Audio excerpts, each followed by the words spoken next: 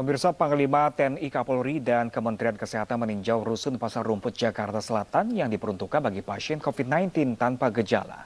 Ribuan pasien akan dirujuk ke rusun tersebut karena penuhnya Wisma Atlet. Ketersediaan di Pasar Rumput nantinya difokuskan hanya kepada pasien tanpa gejala, sedangkan untuk kondisi parah tetap akan dirujuk ke rumah sakit. Nantinya terdapat 2 isolasi pasien tanpa gejala, yakni Rusun Pasar Rumput, Setiabudi Jakarta Selatan, dan Rusun Nagrak Cilincing Jakarta Utara. Sebanyak 1.984 unit dengan diisi 3 tempat tidur per unitnya, sehingga bisa menampung sebanyak 5.952 pasien tanpa gejala.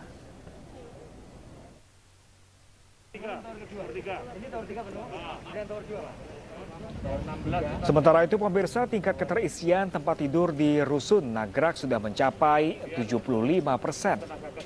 Hal itu terungkap saat Panglima TNI Kapolri dan Menteri Kesehatan meninjau tempat isolasi pasien COVID-19 di Rusun Nagrak Cilincing pada Minggu siang kemarin. Dari 1.020 tempat tidur yang tersedia, 757 diantaranya sudah terisi. Padahal Rusun Nagrak baru 7 hari beroperasi.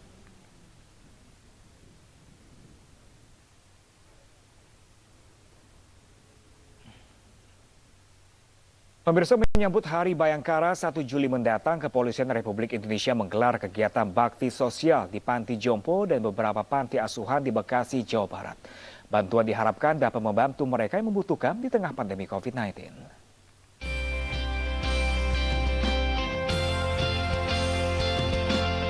Pembagian paket sembako digelar akhir pekan kemarin di Panti Jompo Kasih Sayang, Bekasi, Jawa Barat.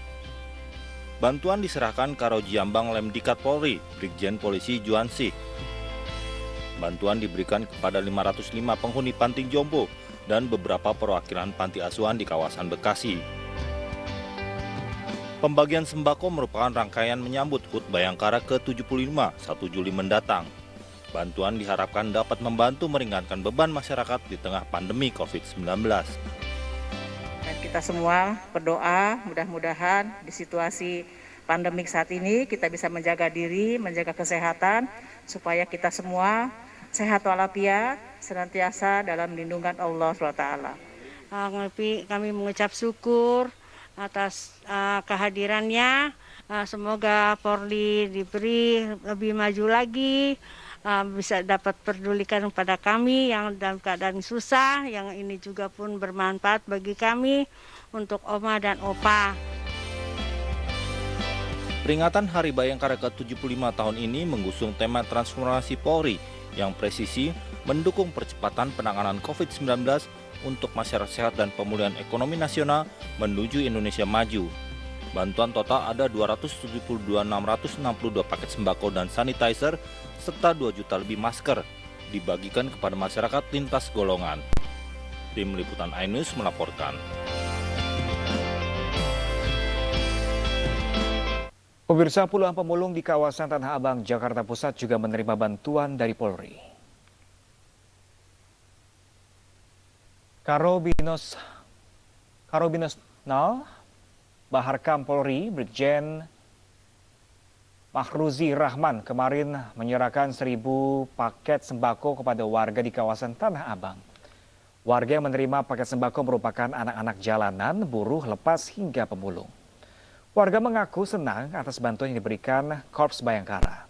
Pasalnya di tengah pandemi COVID-19, tuntutan hidup semakin sulit.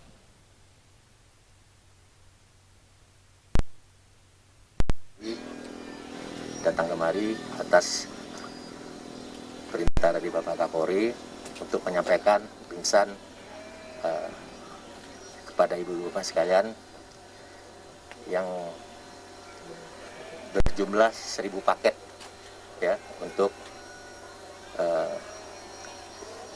anak-anak jalanan ya, anak jalan sementara, kemudian buruh lepas di sini dan pemulung semua. Aduh, rasanya deg-degan tuh. Iya, takutnya kira mau bongkar. Rasanya senang, bersyukur.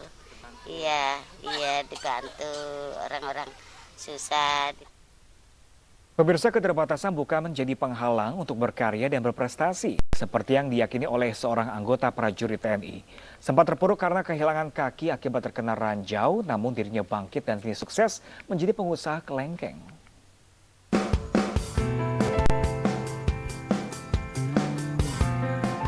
Kisah inspiratif datang dari TNI Angkatan Darat Serda Mugianto, anggota Koramil 19 Borobudur Kodim 0705 Magelang. Meskipun dengan satu kaki, Mugianto tetap semangat menjadi petani, namun hal tersebut tidak membuatnya putus asa. Dirinya memilih menjadi petani kelengkeng yang sukses, hasilkan puluhan ton kelengkeng setiap tahun. Tidak ada yang tahu kapan musibah datang, termasuk bagi Mugianto, anggota TNI yang harus rela kehilangan satu kakinya setelah terkena ranjau saat bertugas di Ambon pada tahun 2001. Meskipun fisiknya sudah tidak lagi sempurna, Mugianto tetap menjalani hidup dan memilih menjadi petani buah setelah mengikuti pelatihan yang diselenggarakan Kementerian Pertahanan Republik Indonesia. Puji syukur alhamdulillah, dari saya dengan kondisi penyandang disabilitas TNI, saya kemarin pangkatnya Kopral Kepala dan saya mendapatkan penghargaan kenaikan pangkat luar biasa dari Bapak Kasat, dari Kopral Kepala menjadi Sersan 2 kemarin tahun 2019. Itu adalah penghargaan yang luar biasa dari beliaunya Bapak Kasat Jenderal Andika Perkasa.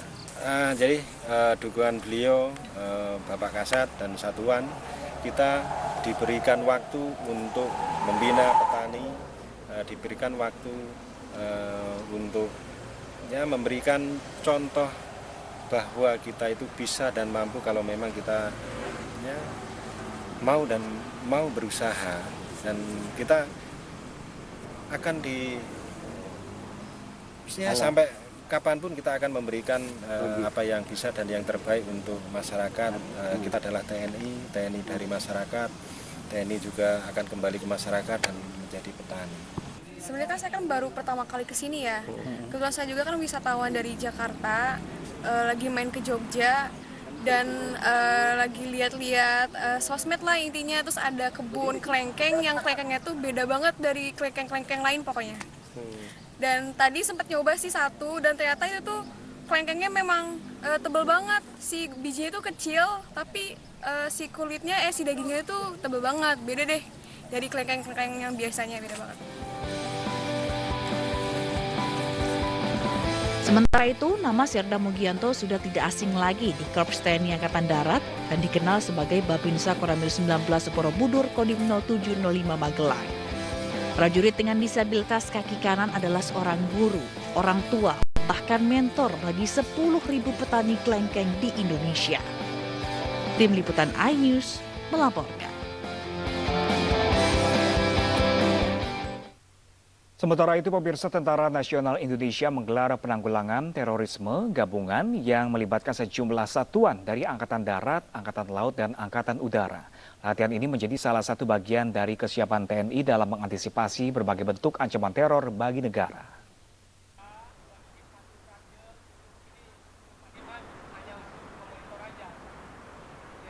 Inilah detik-detik saat aksi pengambil alihan gedung DPR berlangsung secara dramatis.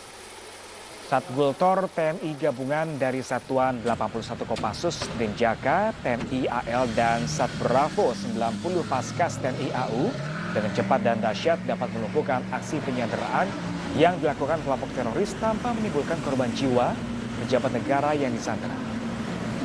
Bahkan melalui pendadakan disertai kecepatan dan akurasi yang tinggi berhasil mengambil alih gedung DPR RI dari penguasaan para teroris, sekaligus sukses menyelamatkan sejumlah pejabat negara dari aksi penyanderaan kelompok teroris yang menguasai gedung Nusantara. Latihan ini sengaja dirancang dengan mengambil lokasi di gedung DPR RI dengan tujuan untuk menguji kesiapan para prajurit Satgul Tor TNI dalam menghadapi aksi terorisme di tengah kota. Sehingga kemampuan prajurit Satgul Tor TNI senantiasa tetap terasah dan siap melaksanakan operasi khusus dengan berbagai bentuk medan yang dihadapi.